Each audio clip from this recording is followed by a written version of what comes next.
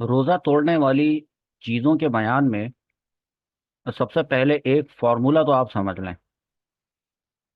और वो फार्मूला ये है कि खाने से, पीने से या जिमा करने से रोज़ा टूट जाता है, बशर्त ये कि रोज़ेदार होना याद हो।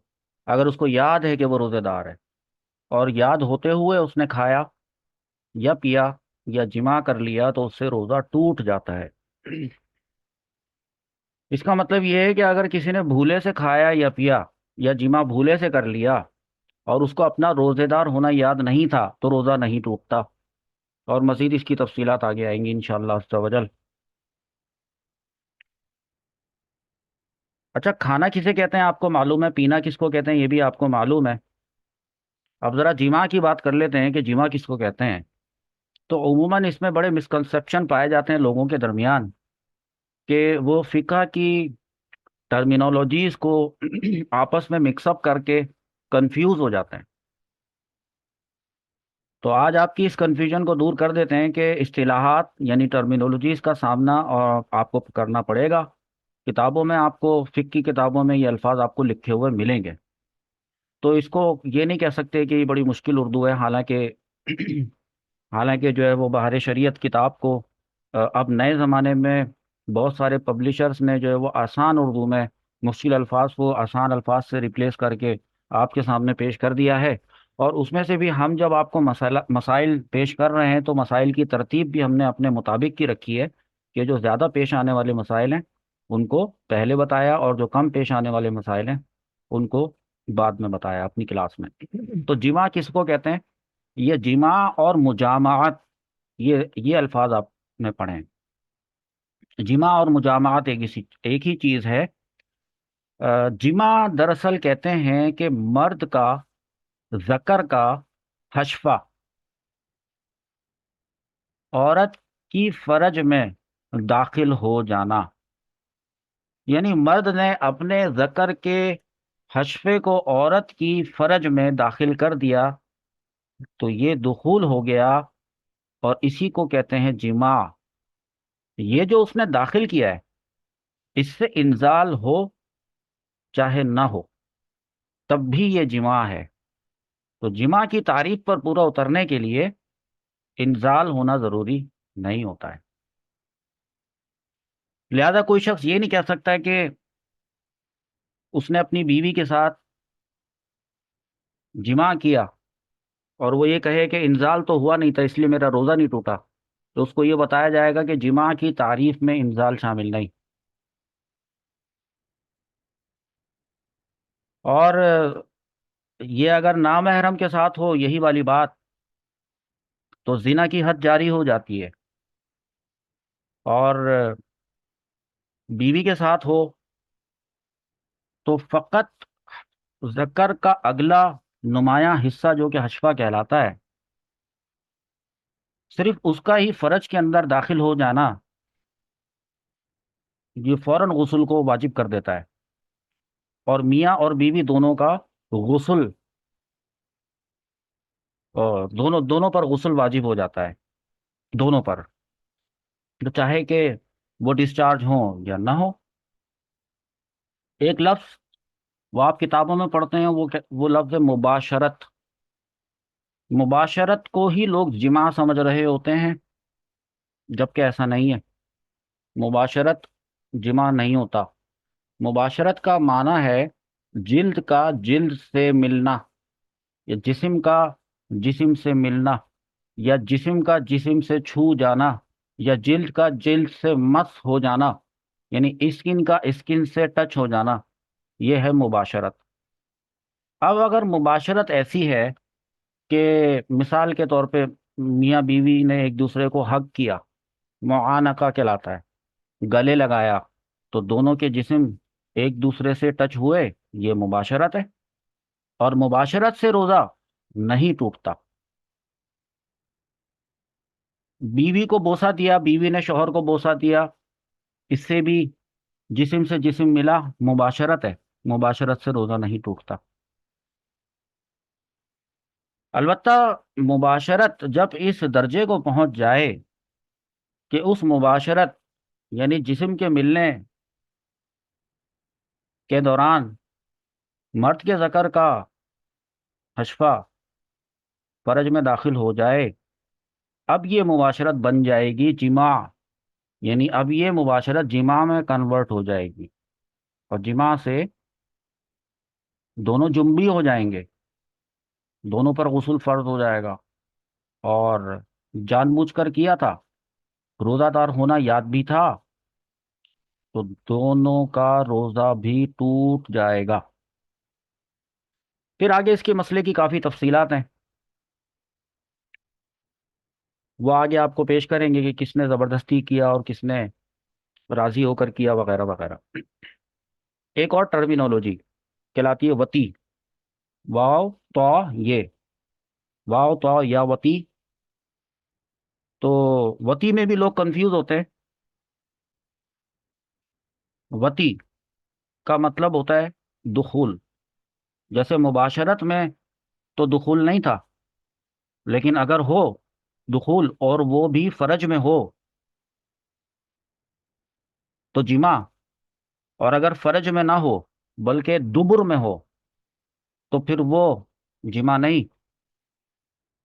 हालांकि वो हराम है, वो वतीफी दुबुर कहलाती है, हराम है। तो वती दो किस्म की होती है, यानी दुखूल जो है वो दो किस्म का होता है। या तो आदमी जो है वो औरत की फर्ज में दाखिल करता है, या आदमी औरत की दुबुर में दाखिल करता है।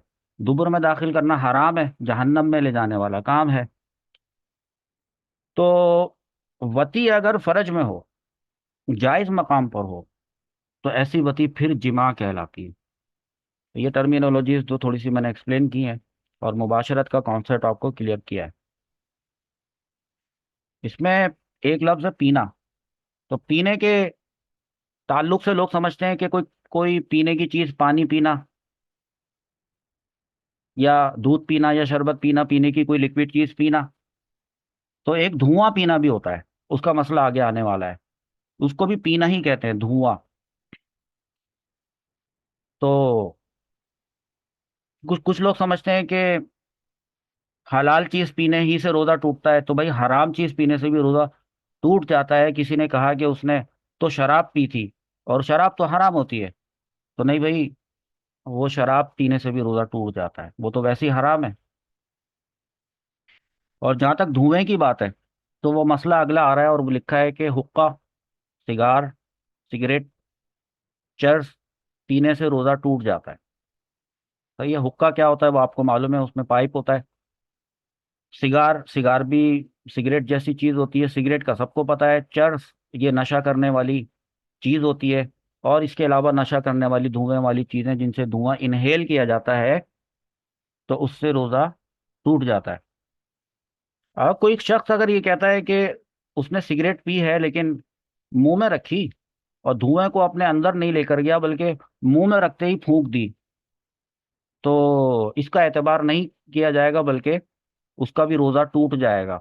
और अगर कोई शख्स ये कहता है कि वो पान खाता है, और वो पान अपने मुंह में रख के चबाता है चबाता, लेकिन वो उस पान की पीक को अपने पेट में नहीं लेके जाता बल्कि उसकी पीक फेंक देता है, तो वो भी ये ना समझे कि उसका रोज़ा नहीं टूटा, बल्कि पान को मुंह में रखने से और चबाने से भी रोज़ा टूट जाता है। जैसे कि आगे लिखा है, अगरचे अपने ख्याल में हलक तक धुआं ना पहुंचाता हो सिगरेट का, या हुक्के का, या सिगार का, या और कोई उस जमाने में शीशा वगैरह कोई चीज भी चल रही हो, या हीरोइन का नशा हो या चर्च का नशा हो, उसके बारे में अगर वो कहता है कि वो धुआं जो है वो अपने ख्याल में हलक तक नहीं पहुंचा रहा, तो वो अपने ख्याल में है, वरना हलक तक पहुंच तो वो रहा है। पान खाने की जहां तक बात है, तो पान या सिर्फ तंबाकू को खाने से भी रोजा जाता रहेगा, अगरचे पीक थूक दी हो, फेंक दी हो। ये लिखा है, क्योंकि इसके बारीक अज्जा जरूर हलक में पहुंचते हैं। समझ में आई बात? अगला मसला, जहां तक ये खाने की बात थी, खाने से लोग समझते हैं कि जैसे कि एक लुकमा खाना या निवाला खाना। तो ये गलत फहमी भी दूर कर लें। बाज़ मर्तबा ऐसी कोई छोटी सी बारीक चीज़ होती है जो मुंह में रखते ही घुल जाती है। जैसे कि यहाँ पे मसला आ रहा है शक्कर के बारे में, चीनी के बारे में, शुगर, या कोई टॉफ़ी का टुकड़ा। वगैरह वगैरह, ऐसी चीजें जो मुंह में रखने से घुल जाती हैं, उनका क्या हुक्म है? उनका हुक्म ये लिखा है कि मुंह में रखी और उससे जो लुआब बना वो निकल गया, बस रोजा टूट गया। आसान बात है।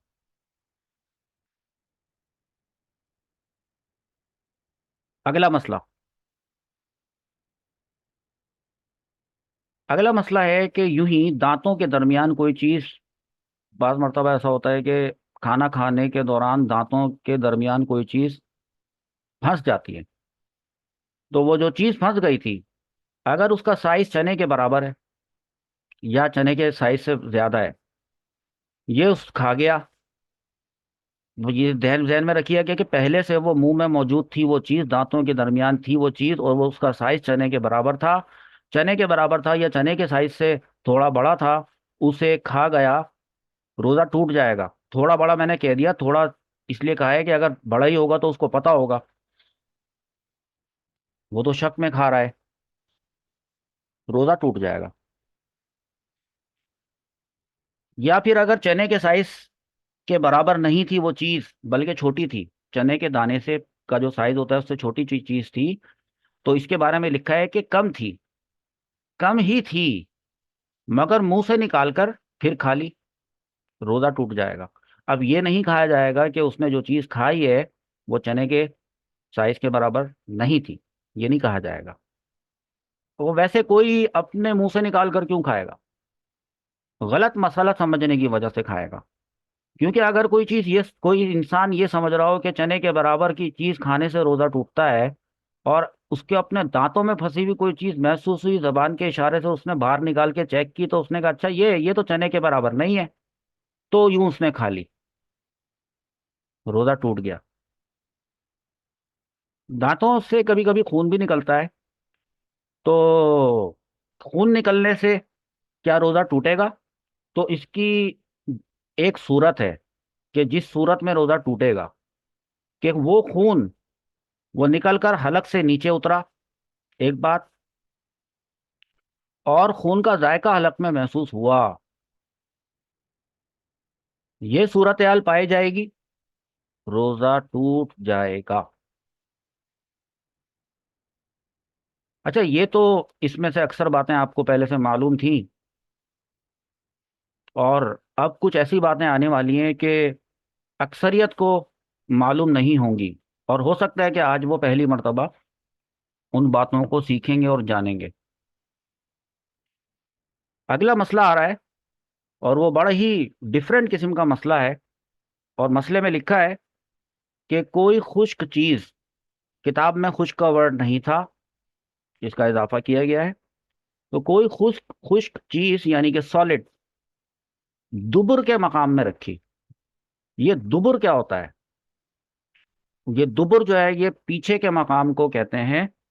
तो ये जो मकामात हैं ये एक मर्तबा ही आप सुन लें। औरत की आगे की शर्मगाह को फरज कहते हैं। मर्द के आगे के उज़्व तनासुल को ज़कर कहते हैं। ज़कर का अगला हिस्सा जो नुमायाँ होता है उसको हशफा कहते हैं।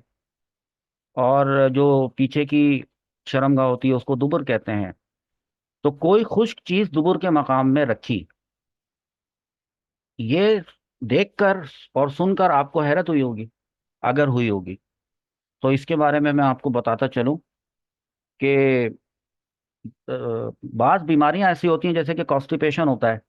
तो वो कॉन्स्टिपेशन जब सीवियर कंडीशन में चला जाता है तो पेशेंट को जब डॉक्टर के पास लेके जाते हैं, तो डॉक्टर उसके दुबुर के मकाम में एक स्टिक रखता है, सपोजिटरी कहलाती है वो, ग्लिसरीन की बनी हुई होती है, और भी मुख्तलिफ कैप्सूल नुमा या टैबलेट नुमा चीज़ें होती हैं जो कि उसके दुबुर के मकाम के अंदर रख दी जाती हैं।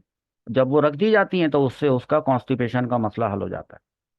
और बाज़ मर्तबा जो है वो जो मेडिकल साइंस को ज़्यादा जानते हैं लोग, उनको पता होता है, या वो इस मसले में बहुत ज़्यादा दायमी तौर पे शिकार होते हैं, तो उनको ये सारी बातें पता होती हैं, तो वो अपने घर में ये चीज़ें रखते हैं, डॉक्टर उनको दे देता है तो वो अपने घर में रखते हैं। और उसके बाद जब उनको ऐसी बीमारी शिद्दत पकड़ जाती है, कॉन्स्टिपेशन, तो फिर वो उसको अपने दुबुर में खुद ही रख लेते हैं। उनको ये बात मालूम होनी चाहिए कि दुबुर के अंदर कोई चीज अगर उन्होंने रखी, अभी खुश्क चीज की बात हो रही है तो लिक्विड चीज की बात इसके बाद में आएगी। बहरहाल खुश्क चीज अगर दुबुर के मकान के अंदर रखी तो उससे रोजा टूट जाता है। अच्छा, बात मर्तबा ऐसा होता है कि डॉक्टर, आपने देखा होगा कि ऑपरेशन हो रहा होता है या कोई टेस्ट हो रहा होता है तो इसमें एक जो गैस्ट्रोएंटेरोलॉजिस्ट होते हैं वो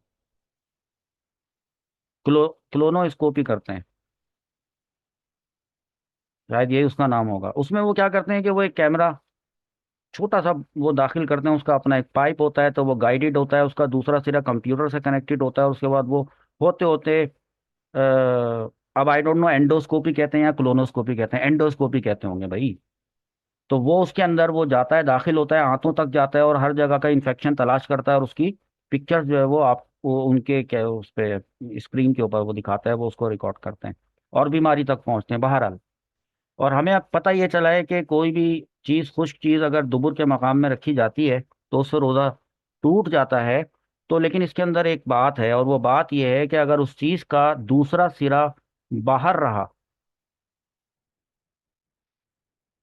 तो रोज़ा नहीं टूटा।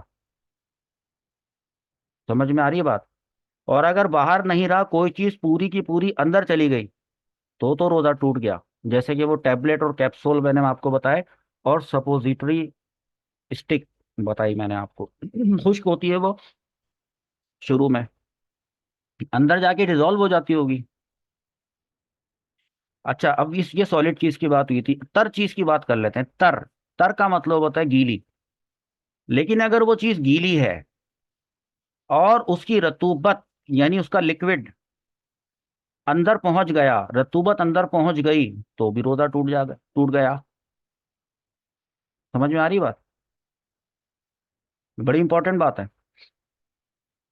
ये। जो अंदर किसी चीज का जाना है, चाहे वो खुश्क हो चाहे वो तर हो, तो ये दुबुर की बात हो रही थी, तो फरज की बात भी कर लेते हैं। फरज, अ, यही हुक्म शर्मगाहे जन का है। ये जो शर्मगाहे जन लिखा है, ठीक है, अल्फाज अब जो छप रहे हैं किताबों में तो आसान करने की उसको कोशिश की जा रही है, लेकिन बहरहाल कुछ अल्फाज ऐसे होते हैं कि जो आसान होते ही हैं। जैसे शर्मगाहे जन, जन का मतलब होता है औरत, तो औरत की शर्मगाह, तो औरत की तो दो शर्मगाहें होती हैं, वही एक फरज होती है और एक दुबुर होती है। तो क्या मुराद है? क्योंकि इन्होंने कहा है कि यही हुक्म शर्मगाहे जन का है,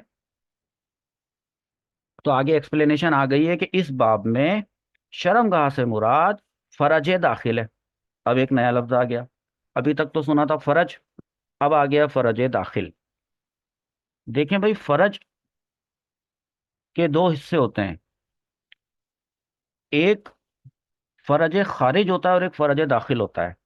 जो फरज खारिज होता है उसकी बात नहीं की जा रही, लेकिन उसको जानना भी जरूरी है। तो समझाने के लिए ऐसे समझाया जा सकता है कि नजर डालने से फरज का जो हिस्सा नजर आता है वो फरज खारिज है, और नजर डालने से फरज का जो हिस्सा नजर नहीं आता वो फरज दाखिल है। तो फिर नजर डालने से नजर नहीं आता,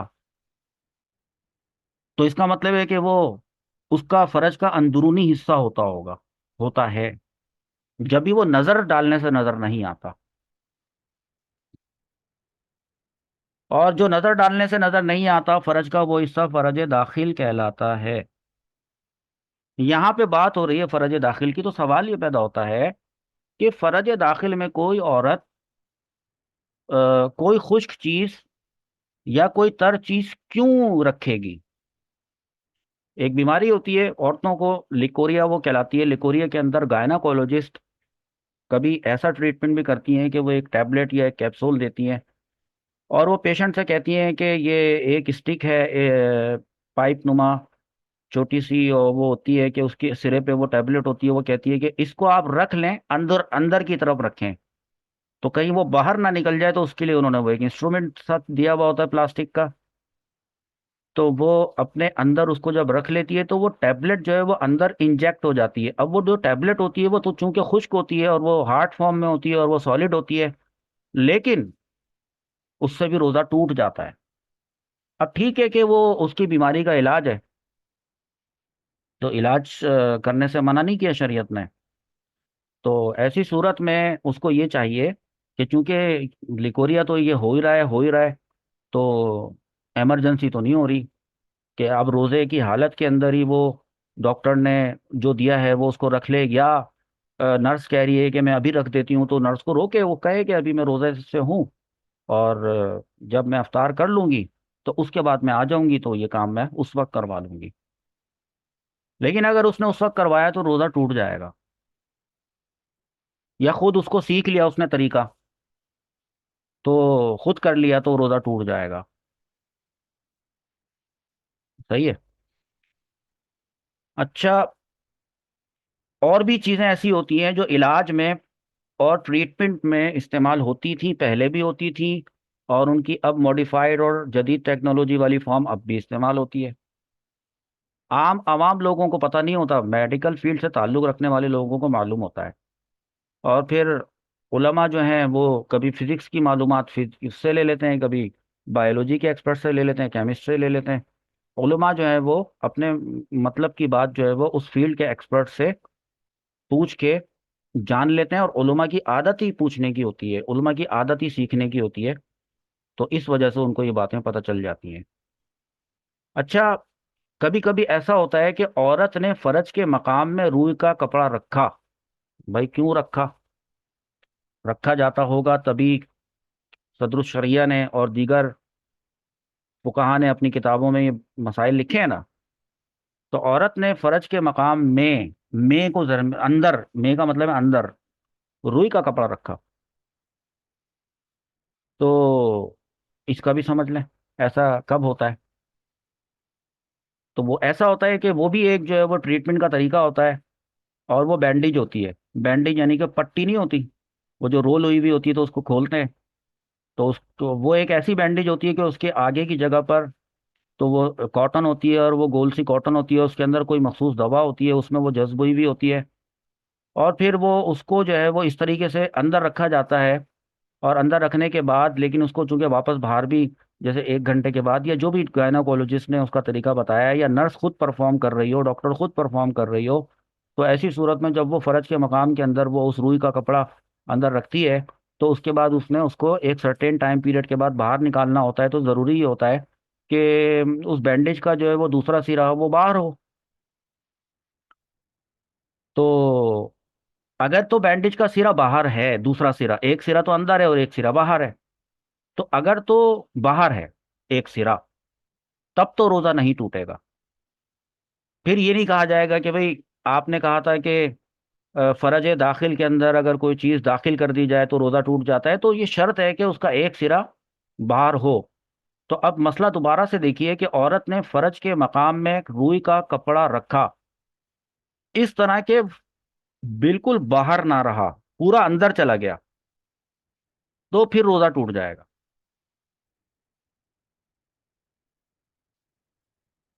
और इस दौरान में आपके जहन में अगर कोई सवालात जन्म ले रहे हो तो आप उनको लिखकर मुझे भेजें, मैं उसका जवाब आपको दूंगा। अब आ रहा है एक बड़ा ही इंपॉर्टेंट मसला, बड़ी तवज्जो से देखने वाला और सुनने वाला। और वो मसला पता है, वो ये है, मुबालगा। मुबालगे के साथ इस्तिंजा किया।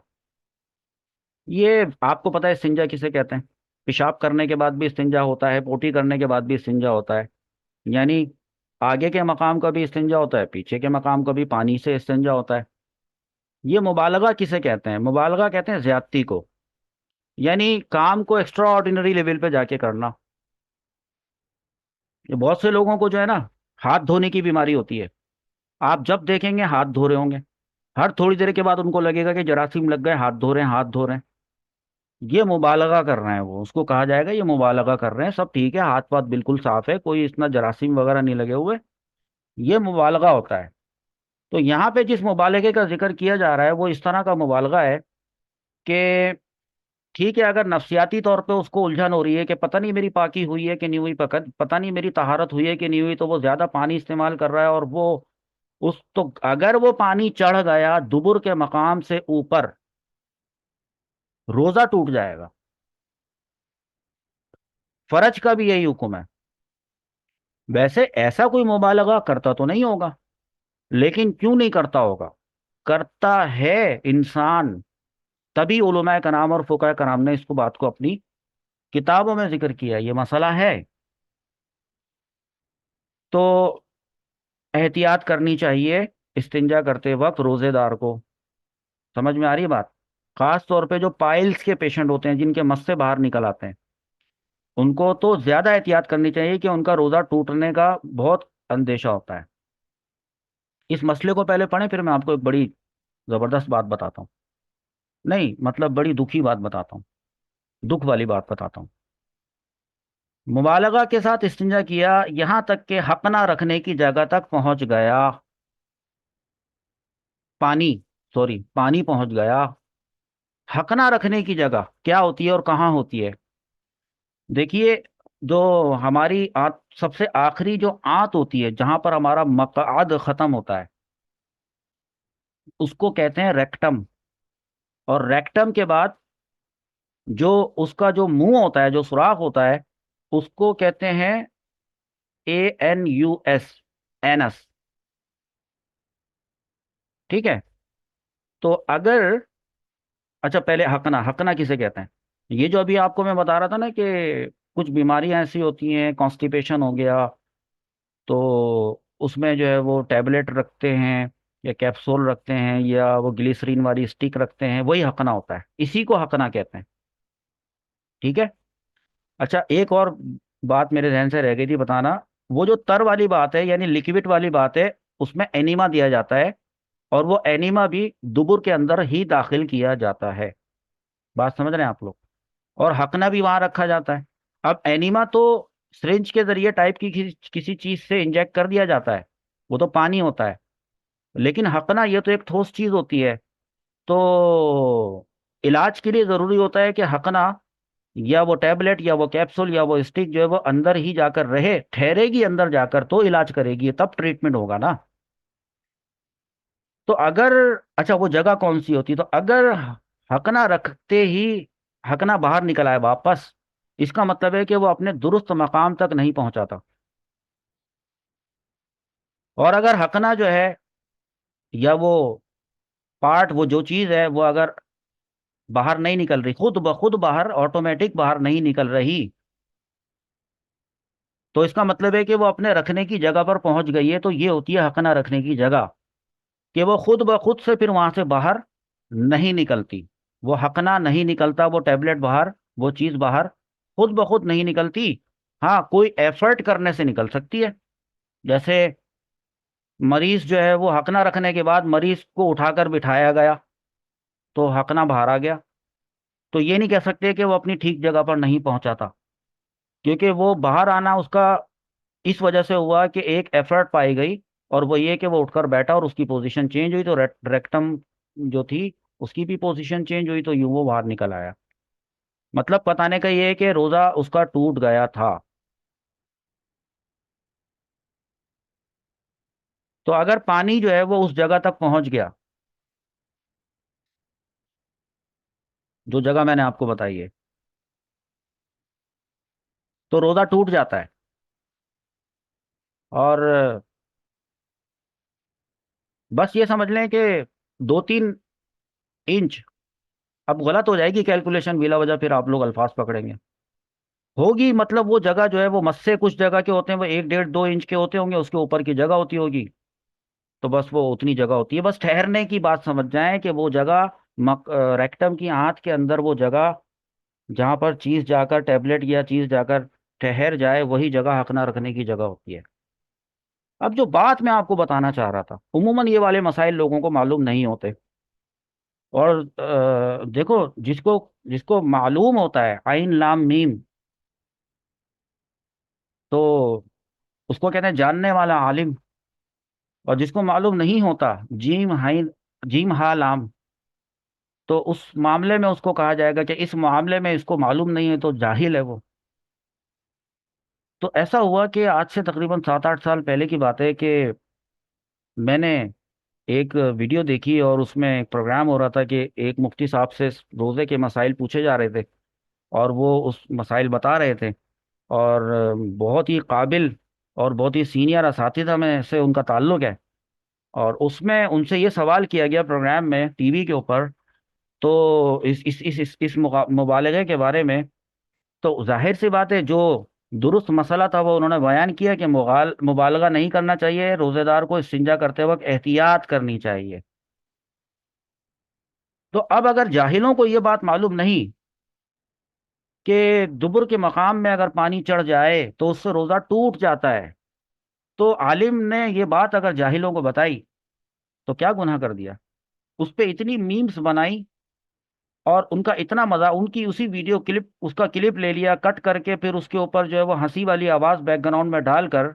मैं लोगों से ये पूछना चाहता हूँ कि अगर इल्म हासिल नहीं है तो इल्म हासिल करो, या तहकीक कर लिया करो पहले से, कि एक शख्स जिसको अल्लाह रब्बुल इज़्ज़त ने दुनिया भर के अंदर इज्जत दी है, और तुम उसको जलील करने के लिए उसकी मीम बना रहे हो, और मसला जो है वो शरई है। तुमको ये पता नहीं है कि शरीयत के किसी भी मसले का मजाक उड़ाना, गोया के आलिम का मजाक उड़ाना, शरीयत के मसले का मजाक उड़ाना, इल्म का मजाक उड़ाना, इल्म दीन का मजाक उड़ाना, इससे फौरन इंसान दायरे इस्लाम से खारिज हो जाता है, वो मुर्तद हो जाता है।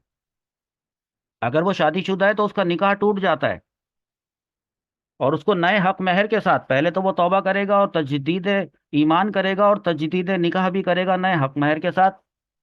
ये कोई छोटी बात है? नहीं। उनका इतना मजाक उड़ाया, मैं ये पूछना चाहता हूँ कि ठीक है, वो जिस भी मकतब फिक्र से ताल्लुक रखते हैं, लेकिन उन्होंने एक दुरुस्त मसला बताया। और वो दुरुस्त मसला अगर जाहिलों को पता नहीं था, तो जाहिलों को कम से कम इतना जरूर सोचना चाहिए था कि पहले तहकीक कर लेते, और ये सोचा भी नहीं कि उनकी भी फैमिली है। मैं तो नहीं जानता, लेकिन क्या कोई लोगों की फैमिली नहीं होती? तो क्या, क्या क्या पता, वो मुझे नहीं पता, वो शादीशुदा थे तो उनके बच्चे भी होंगे, उनके उनके पेरेंट्स भी होंगे। तो जब वो मीम सोशल मीडिया के ऊपर इतनी ज्यादा वायरल की गई थी, तो क्या उन्होंने खुद नहीं देखी होंगी, उनके घर वालों ने नहीं देखी होंगी, तो किस कदर उनकी दिल आजारी हुई होगी। एक आम मुसलमान के बारे में हुजूर पाक सल्लल्लाहु ताला अलैहि वसल्लम ने फरमाया है, खाना काबा को देखकर इशारा करके फरमाया है कि ए खाना काबा, तेरी तकरीम और तेरी इज्जत अपनी जगह पर बहुत है, लेकिन एक आम मुसलमान की तकरीम तुझसे भी ज्यादा है।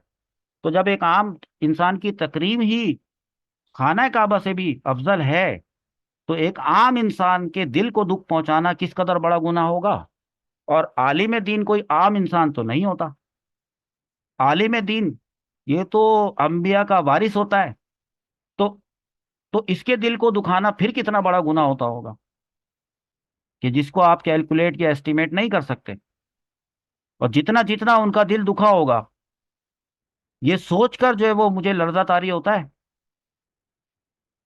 हाँ, अलबत्ता वो वाली मीम्स एक थोड़े अरसे के बाद, 2-3 साल के बाद, तो जाहिलों को थोड़ी अकल आई होगी, और उसके बाद उनको ये मसला पता चला होगा।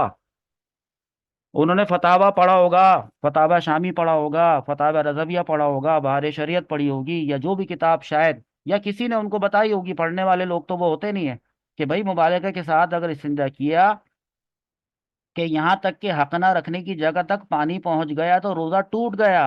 टूट गया रोजा, तो टूट गया तो टूट गया। तो ये बात तो बताई जाएगी। तो ये बात, जब ये बात आवाम को बताई जाएगी, तो आवाम से हमदर्दी की बुनियाद पे बताई जाएगी। आवाम के रोजे को बचाने के लिए ये बात बताई जाएगी।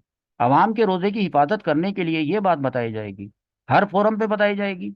मैं तो खुले अल्फाज में बात करता हूँ, कुछ उलमा जो है वो थोड़ा लिहाज रखते हुए बात करते हैं, मैं नहीं करता। मैं खुल के बात करता हूँ। तो भाई जिस तरह का आलिम होगा, जिस मिजाज का आलिम होगा, उसका मकसद तो दिल के अंदर यही होगा ना कि मैं हुजूर सल्लल्लाहु ताला अलैहि वसल्लम के उम्मतियों के रोजे बचा लूं।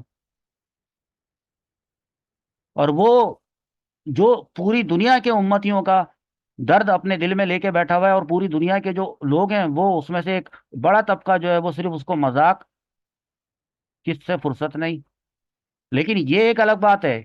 और दूसरी बात अलग है कि शरीयत के किसी कानून का जो है वो मजाक उड़ाना। देखें, अब मैं तो रोजा टूट जाने के मसाइल बता रहा था, तो मैं ये वाली बात क्यों ना बताता आपको। तौबा करनी चाहिए। किसी भी आलिम दीन पर उंगली उठाने से पहले अपनी उंगली की तरफ एक नज़र रखनी चाहिए कि अगर ये टूट गई तो इसका क्या होगा। अल्लाह ताला हमें उलमा की इज्जत करने की, उनका अदब और एहतराम करने की तौफीक अता फरमाए। और वो जो भी आलिम दीन थे जिनका ये मजाक इतना बनाया गया, अल्लाह करे वो ये बात भूल जाएं, और अल्लाह उनके दिल को करार नसीब फरमाए। आमीन। चलें आगे चलें आप। आगे ये बात है, मसला नंबर 11। एक रोज़ादार कुल्ली कर रहा था, तो इरादे से नहीं बल्कि बिला इरादा पानी हलक से उतर गया, रोज़ा टूट गया। जी। अब वो ये नहीं कह सकता कि मेरा ऐसा कोई इरादा नहीं था, गलती हो गई। तो भाई जान लो, गलती से रोज़ा टूट जाता है। गलती से रोज़ा टूट जाता है, ये बात है। भूले से अगर ऐसा हुआ होता तो अलग बात है, कि रोज़ादार होना याद ही नहीं कि मेरा रोज़ा है। शुरू शुरू रमज़ान होते हैं ना, तो शुरू शुरू में वही पुरानी आदत बनी हुई होती है। बाहर से आए तो फौरन फ्रिज की तरफ गए, बोतल निकाली घटाघट, तो रमज़ान शुरू हो गया तो वो एकदम से भूल गए। फिर बाहर से आए, फिर वो फ्रिज की तरफ चले गए, तो अब वो एकदम से उनको याद अगर आ गया, तो जितना पानी पी चुके थे वो तो पी चुके थे, बाकी है वो उसको निकाल कर बाहर कुल्ली कर दें। लेकिन जितना वो पी चुके थे उससे रोज़ा नहीं टूटा, क्योंकि वो भूले से, भूले से। एक बात। अब ये गलतियों की भी थोड़ी सी बातें कर लेते हैं, और भी गलतियां आपको बता देते हैं। थोड़ा सा स्क्रॉल करें। अच्छा, कुल्ली करने वाली बात बता दी, इसीलिए गरगरा तो करना ही नहीं चाहिए। अब नाक में पानी चढ़ाया, तो इतनी जोर से खींच लिया कि दिमाग को चढ़ गया, गया रोजा, रोजा टूट गया। वो ये नहीं कह सकता कि गलती हो गई थी, तो गलती से उसको बताया जाएगा गलती से रोजा टूट जाता है, खताअन रोजा टूट गया। फिर एक मसला आया दोबारा से, उन्होंने जरूरत महसूस की कि इस बात को बताया जाए, हक ना लिया, जो अभी आपको बताया। तो इसमें मैंने ये लिख दिया है कि या तो खुद लिया, रखा, या किसी से रखवाया, आदमी ने मेल नर्स से या औरत ने फीमेल से नर्स से, बहरहाल रोजा टूट गया। अब दवाई की बात कर लेते हैं। नाक के नथनों से दवा चढ़ाई, रोजा टूट गया।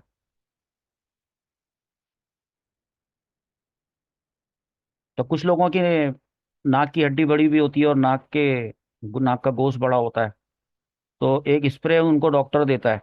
वो जब उसको नाक में डालकर अंदर थोड़ा सा चढ़ाकर वो उसको स्प्रे करते हैं, तो वो ऊपर जाकर जरा सा लगता है, तो जिसकी वजह से शायद मेरा ख्याल है कुछ घंटों के लिए वो गोश्त सिकुड़ जाता है, तो नथने खुल जाते हैं, तो सांस बहाल हो जाती है, रोजा टूट जाता है। लेकिन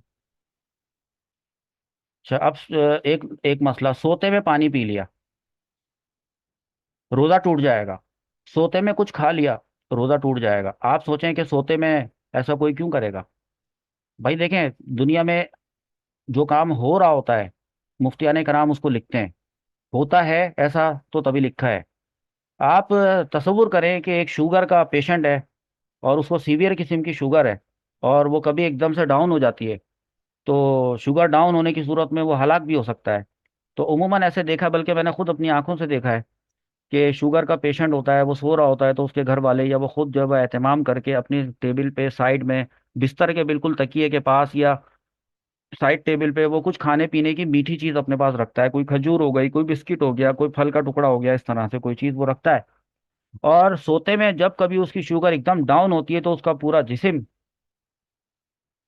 वो लागर हो जाता है। उस सोते में उसको ये बात महसूस हो जाती है, तो उसको फौरन से कुछ खाने की तलब होती है। और वो चूंकि इतना लागर हो चुका होता है शुगर के डाउन होने की वजह से, कि वो बमुश्किल अपने हाथ को उठाकर इधर से उधर, उधर से उधर वो टटोलता है, तो टटोलते हुए वो उसका हाथ उसको, अच्छा उसने खुद रखा होता है खाने का वो आइटम, तो बिस्किट हो या जो भी चीज़ हो तो वो उसको उठाता है वहां से, और उसके बाद वो सोते सोते लेटे लेटे ही वो मुंह में रख के उसको खाना शुरू करता है, कर देता है। जिससे जब वो उसके पेट में दाखिल होती है तो उसकी शुगर जो है बहाल हो जाती है। अच्छा, तो अब अगर कोई दूसरा शख्स उसको ऐसे देख रहा हो तो बड़ी हैरत से देखिएगा कि ये कैसा कर रहा है कि ये सो रहा है और खा रहा है। तो इसी चीज में वो कुछ पानी की चीज भी पी सकता है।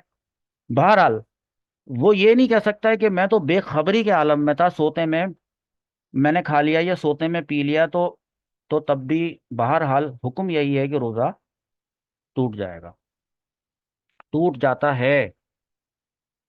ठीक है। अच्छा, कभी ऐसा होता है कि बारिश हो रही है, तेज बाइक चला रहा है, मसला अभी आगे वाला पढ़ता हूँ, वैसे बता दूं आपको कि बारिश हो रही है, बाइक चला रहा है, रोजेदार है, और मुंह खोला हुआ है, बारिश का पानी मुंह में घुस गया, रोजा टूट जाएगा। मतलब हलक में अगर चला गया, तो इसमें लिखा है कि यह मुंह खोला था और पानी का कतरा हलक में चला गया, जी, तो उससे रोजा जाता रहा, रोजा टूट जाएगा। वैसे पानी के अलावा और मुंह में क्या जा सकता है? कोई रो रहा है, जारो कतार रो रहा है, तो आंसू उसके मुंह में चला गया और उसने उस आंसू को पी लिया, हकीकतन पी लिया। जैसे कहते हैं ना कि आंसू पी गया मैं, वो वाला नहीं, वाकई वो आंसू पी गया। तो आंसू तो होते हैं भाई नमकीन, अगर किसी ने अपने आंसू पिए हों तो उसको उनको पता होगा कि आंसू का जायका जो है वो नमकीन होता है। और आंसू ऐसे ही कोई मुंह में नहीं चले जाते। जब कोई ज़ारो कतार रोता है और बहुत ज्यादा आंसू निकल रहे होते हैं, तो चूंकि वो अपनी कैफियत में नहीं होता, तो उसका आंसुओं का रुख जो तो कहीं पे भी जा रहे होते हैं, तो वो मुंह में भी जा रहे होते हैं। तो अगर उसने उसको निगल लिया, उसका रोजा टूट जाएगा, उसका रोजा टूट जाएगा। बहरहाल यहाँ पे ये लिखा है कि अगर कतरा है या सिर्फ दो कतरे हैं तो रोजा न गया। तो ठीक है, अगर एक कतरा गया था या दो कतरे गए थे तो किताब में लिखा है कि रोजा नहीं गया। लेकिन असल बात यह है कि अगर अगर अगर कम रो रहा था, थोड़ा रोया, तो थोड़े से आंसू कभी मुंह में जाते ही नहीं है। अगर जाते होंगे तो जाते होंगे। और जब बहुत ज्यादा रोया, रोने वाले बड़े रोते हैं, हुजूर सल्लल्लाहु ताला अलैहि वसल्लम की याद में रोते हैं। वो जब जब याद आ जाती है तो उसके बाद फिर उसके आंसू थमने का नाम नहीं लेते।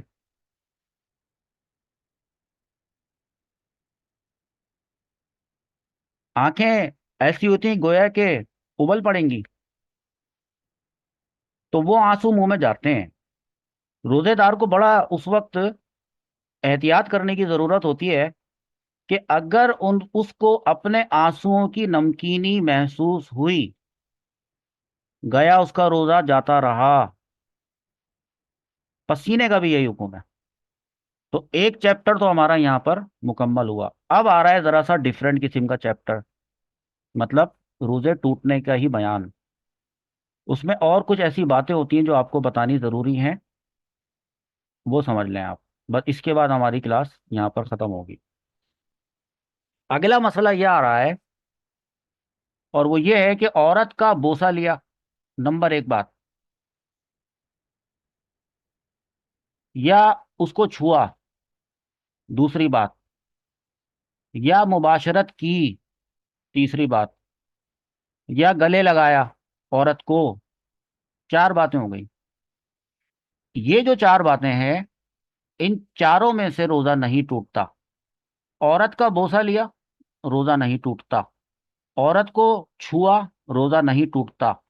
औरत के साथ मुबाशरत की, रोजा नहीं टूटता। औरत को गले लगाया, मुआनका किया, रोजा नहीं टूटता। और ये मैंने आपको इसलिए बताया है कि अभी थोड़ी देर पहले हम जिक्र कर रहे थे कि मुबाशरत क्या होती है। तो अगर कोई ये नहीं जानता कि मुबाशरत किसको कहते हैं, तो वो ये समझेगा जिमा को मुबाशरत कहते हैं, तो वो गलत मसला बता देगा। जबकि मुबाशरत का ये लुग़वी माना है जिल्द का जिल्द से छू जाना, मस हो जाना। मुबाशरत जिमा में तब कन्वर्ट होती है कि जब दुखूल हो, वो भी फर्ज में। लिहाजा मियाँ बीवी का आपस में एक दूसरे से आ, मुबाशरत करना ये कहलाता है कि उनका आपस में एक दूसरे को बोसा देना, एक दूसरे से गले मिलना, एक दूसरे को गले लगाना, वगैरह वगैरह, ये सारी चीजें मुबाशरत में कहलाती हैं और इनसे रोजा नहीं टूटता है। तो फिर कब टूटेगा?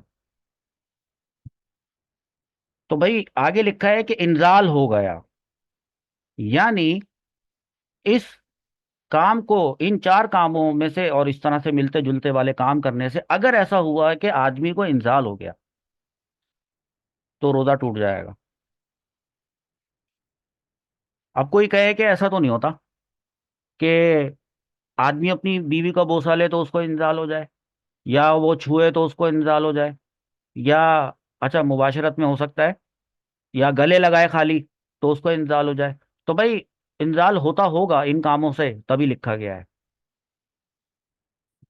अच्छा हो जाए अगर इंजाल, तो रोजा टूट जाएगा, यही मसला बताया है यहाँ पे।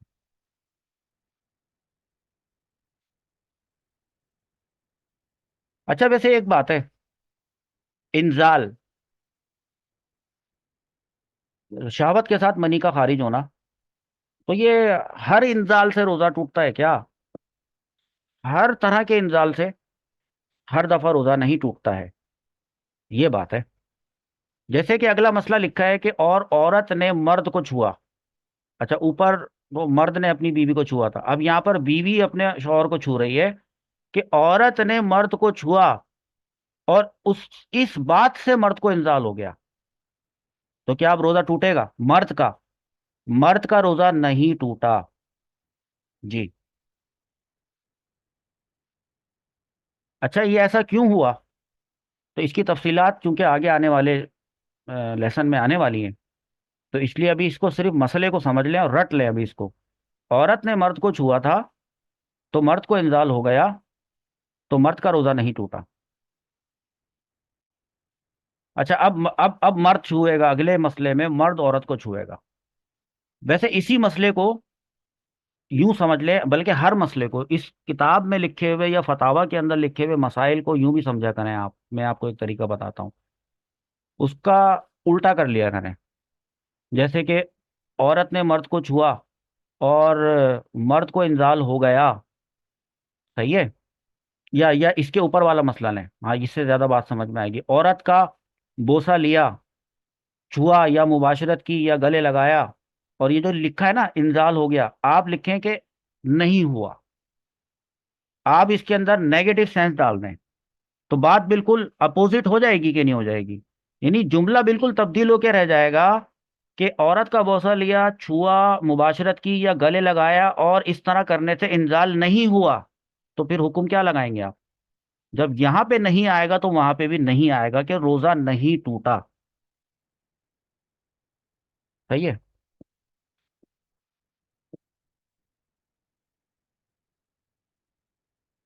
तो अब यहाँ पर क्या आप और आदमी ने औरत को छुआ, अब सिर्फ छुआ वाली बात ले लें, इतनी वाली बात ले लें। तो छुआ अगर आदमी ने अपनी बीवी को, है, और इंजाल हो गया, अब आप क्या मसला निकालेंगे इसमें से? ये ग्रीन वाला देख लें आप, और येलो वाले छोड़ दें। औरत को छुआ और इंजाल हो गया तो रोजा टूट गया। सही है? ये फार्मूला जहन में रखते हुए अब ये वाला मसला पढ़े। अभी भी औरत को छुएगा वो, अभी भी औरत को छुएगा और इंजाल भी होगा। लेकिन एक बात बतानी मकसूद है कि औरत ने कपड़े ऐसे पहने हुए हैं, कैसे पहने हुए हैं वो दो सूरतें हैं। पहले पढ़ लें, मर्द ने औरत को कपड़े के ऊपर से छुआ, यहां पर तो था डायरेक्ट छूने वाली बात और इंजाल भी हो गया था, रोजा टूट गया था। लेकिन इस सूरत में ऐसा हो रहा है कि मर्द ने औरत को कपड़े के ऊपर से छुआ है। तो क्या कपड़े के ऊपर से छूना, यानी मर्द के छूने में कपड़ा हाइल हो, बैरियर हो, तो क्या मसला मुख्तलिफ होगा? जी हाँ बिल्कुल, मसला फिर मुख्तलिफ होगा। लेकिन एक शर्त है, और वो ये है कि वो जो कपड़ा है, यानी वो जो कपड़ा उसने पहना हुआ है, कि वो इतना मोटा हो कपड़ा कि जिसकी वजह से उसका छूना छूने के हुक्म में ही ना हो। यानी औरत के बदन की जो हरारत है, वो मर्द को महसूस ही ना हो, तब तो कह सकते हैं, तब तो रोजा नहीं टूटता। लेकिन यहाँ पे सूरत हाल कुछ और है। देखिए, मर्द ने औरत को कपड़े के ऊपर से छुआ कि मर्द को इंजाल हो गया, और कपड़ा इतना मोटा ना था, ये ना नहीं था, कि बदन की गर्मी को रोकता। जी, हाइल, तो मर्द का रोजा टूट गया।